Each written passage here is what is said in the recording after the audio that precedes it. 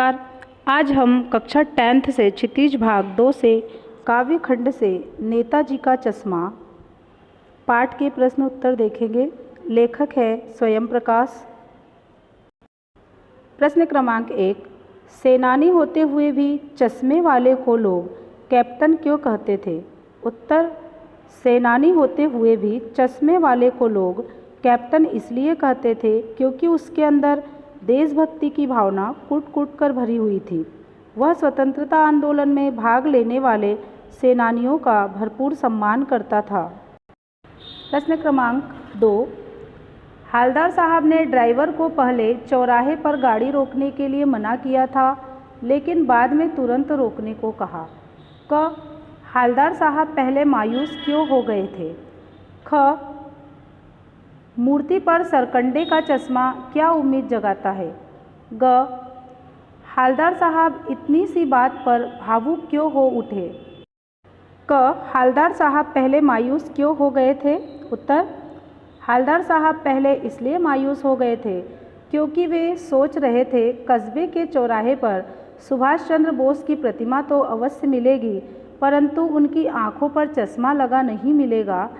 चश्मा लगाने वाला देशभक्त कैप्टन तो मर चुका है और वहाँ अब किसी में वैसी देशभक्ति की भावना नहीं है। ख, मूर्ति पर सरकंडे का चश्मा क्या उम्मीद जगाता है? उत्तर, मूर्ति पर सरकंडे का चश्मा यह उम्मीद जगाता है कि अभी लोगों के अंदर देशभक्ति की भावना भरी नहीं है। भावी पीढ़ी इस धरोहर को संभालते हुए है। बच्चों के अंदर देश प्रेम का जज्बा है, अतः देश का भविष्य सुरक्षित है। ग, हालदार साहब इतनी सी बात पर भावुक क्यों हो उठे? उत्तर, जब उन्होंने नेताजी की प्रतिमा की आंखों पर चश्मा लगा देखा तो हालदार साहब के मन की निराशा की भावना अचानक ही आशा के रूप में परिवर्तित हो गई और उनके हृदय की प्रसन्नता आंखों से आंसू बनकर छलक उठी। उन्हें यह विश्वास हो गया कि देशभक्ति की भावना भावी पीढ़ी के मन में भी पूरी तरह से भरी हुई है।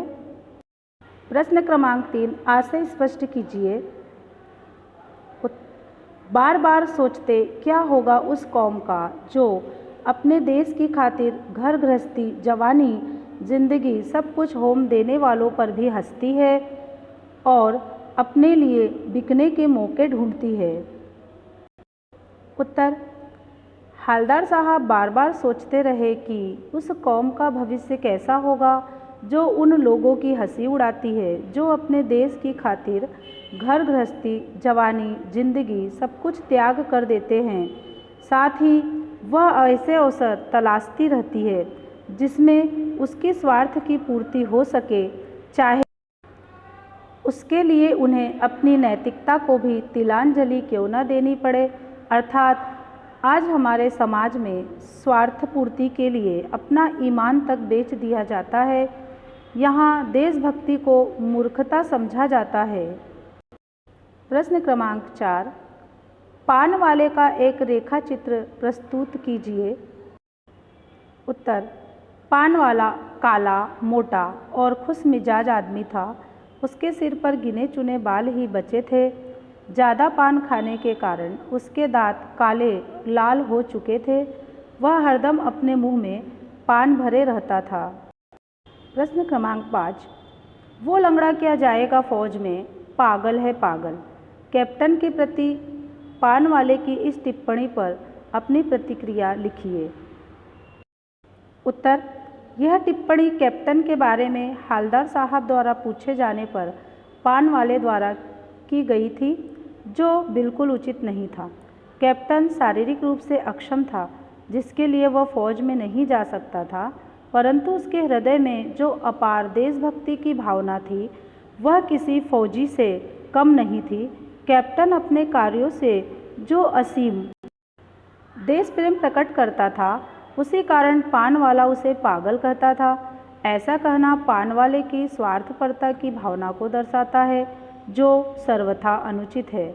वास्तव में तो पागलपन की हद तक देश के प्रति त्याग व समर्पण की भावना रखने वाले व्यक्ति श्रद्धा का पात्र है, उपहास का नहीं। प्रश्न क्रमांक 6, निम्नलिखित वाक्य पात्रों की कौन सी विशेषता की ओर संकेत करते हैं? क, हालदार साहब हमेशा चौराहे पर रुकते और नेताजी को निहारते। ख, पान वाला उदास हो गया, उसके पीछे मुड़कर मुंह का पान नीचे थूका और सर झुकाकर अपनी धोती के सिरे से आंख पोंछता हुआ बोला, साहब कैप्टन मर गया। ग, कैप्टन बार बार मूर्ति पर चश्मा लगा देता था।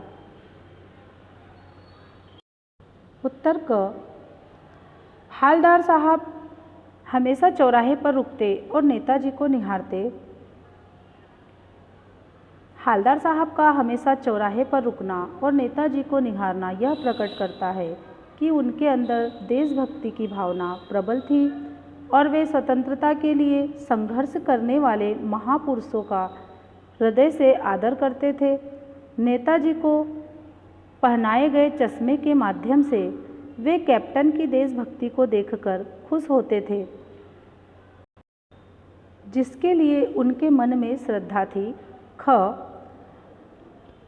पान वाला उदास हो गया, उसने पीछे मुड़कर मुंह का पान नीचे थूका और सिर झुकाकर अपनी धोती से सिरे से आंख पोंछता हुआ बोला, साहब कैप्टन मर गया। उत्तर, कैप्टन की मृत्यु की बात पर पान वाले का उदास हो जाना और सर झुकाकर आंसू पोंछना इस बात को प्रकट करता है कि पान वाले के हृदय में कैप्टन के प्रति गहरी आत्मीयता की भावना थी।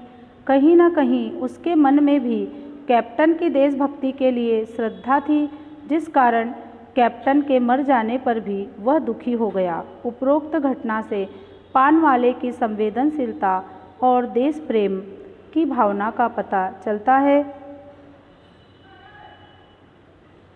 ग, कैप्टन बार बार मूर्ति पर चश्मा लगा देता था। उत्तर, कैप्टन द्वारा बार बार मूर्ति पर चश्मा लगाना यह प्रकट करता है कि वह देश के लिए त्याग करने वाले लोगों के प्रति अपार श्रद्धा रखता था। उसके हृदय में देशभक्ति और त्याग की भावना कूट कूट कर भरी हुई थी। प्रश्न क्रमांक 7, जब तक हालदार साहब ने कैप्टन को साक्षात नहीं देखा था, तब तक उसके मानस पटल पर उसका कौन सा चित्र रहा होगा? अपनी कल्पना से लिखिए। उत्तर, हालदार साहब ने जब तक कैप्टन को साक्षात नहीं देखा था, तब तक उनके मानस पटल पर कैप्टन की एक भारी भरकम मजबूत शरीर वाली रौबदार छवि अंकित हो रही होगी।